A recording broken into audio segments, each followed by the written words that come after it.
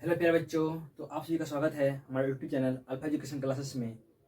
तो आज के इस वीडियो में हम लोग देखने वाले हैं कक्षा 10 के फर्स्ट लेसन जो वार्षिक संख्या है मैथ का, उसका कुछ इम्पोर्टेंट ऑब्जेक्टिव क्वेश्चन को।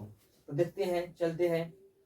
सबसे पहला क्वेश्चन बोल रहा है कि सह अभाज्य संख्याओं का मश यानी कि HCF होता है। ध्यान रखिएगा कि सह अभाज्य संख्याओं का मश होता है 1, क्योंकि सह अभाज्य संख्या का परिभाषा ही होता है कि वैसी दो अभाज्य संख्या जिसका मशः 1 हो। तो क्या हो जाएगा? सह अभाज्य संख्याओं का मशः कितना हो जाएगा? 1 हो जाएगा आपका आंसर ए। फिर नेक्स्ट बोल रहा है कि यदि दो संख्याओं का गुणनफल 2166 है एवं उनका मशः 19 है तो उनका लसअ ज्ञात करना है। देखिए, दो संख्याओं का गुणनफल दे दिया है। तो हम जानते हैं कि दो संख्याओं का गुणनफल यानी कि दो संख्याओं का गुणनफल, दो संख्याओं, इसको हल करते हैं, दोनों क्वेश्चन को हल करते हैं हम लोग।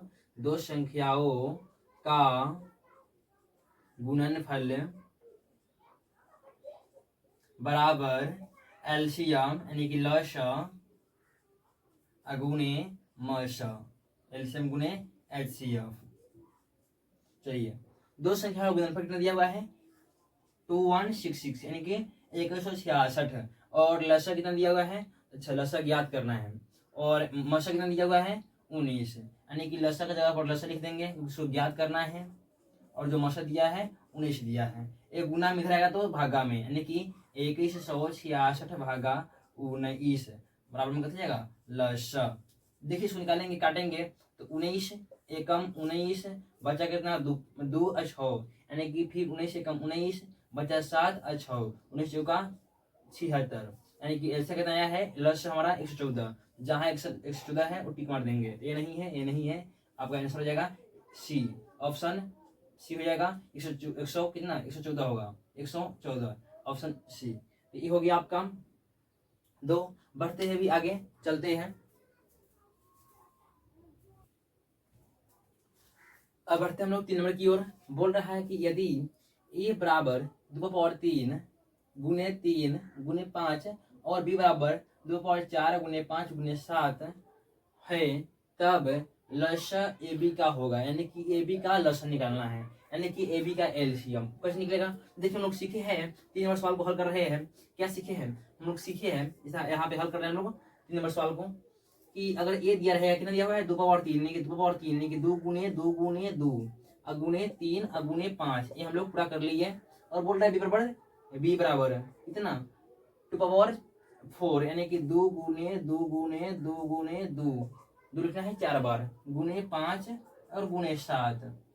अब इसका एलसीएम लगाने के लिए हम लोग क्या करते हैं कि दोनों में से कॉमन लेते हैं। तो 1 कॉमन, 2 कॉमन, 3 कॉमन, यहाँ पे 5 कॉमन हो जाएगा बस।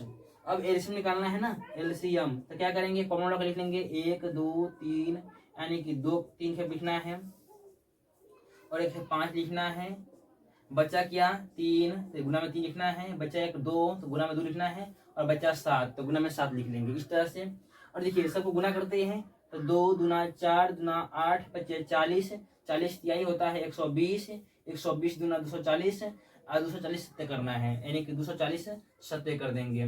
0 से 0 4 28 और 214 और 216 यानी कितना आंसर? 1680। यानी कि आपका आंसर कौन सा होगा? ए नहीं होगा, ए नहीं होगा, ऑप्शन सी भी नहीं होगा, ऑप्शन डी आंसर सी हो जाएगा। तो ये हो गया 3 नंबर सवाल। अब हम लोग चलते हैं सवाल नंबर 4 की ओर। किसकी ओर? सवाल नंबर 4 की ओर।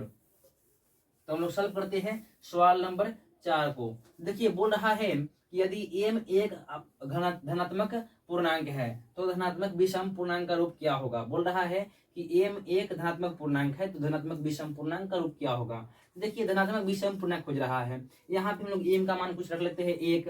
चलिए, 4 गुने 1 कीजिएगा, कितना आएगा? 4 प्लस में 2 कितना गया? 6। तो आपका क्या हो गया? सम हो गया। ये आपका ऑप्शन गलत हो गया। इसको कीजिएगा 4 एकम 4, यहाँ पे एम का मान रख लिए 1 प्लस में 4 कीजिएगा तो 4 4 8 हो जाएगा, यानी कि सम संख्या भी गलत जाएगा।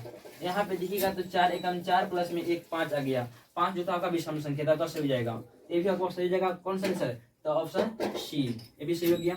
इसमें लिखना है 5 नंबर सवाल में कि निम्न में से कौन सी अभाज्य संख्या है? निम्न में से कौन सी अभाज्य संख्या को चुनना है?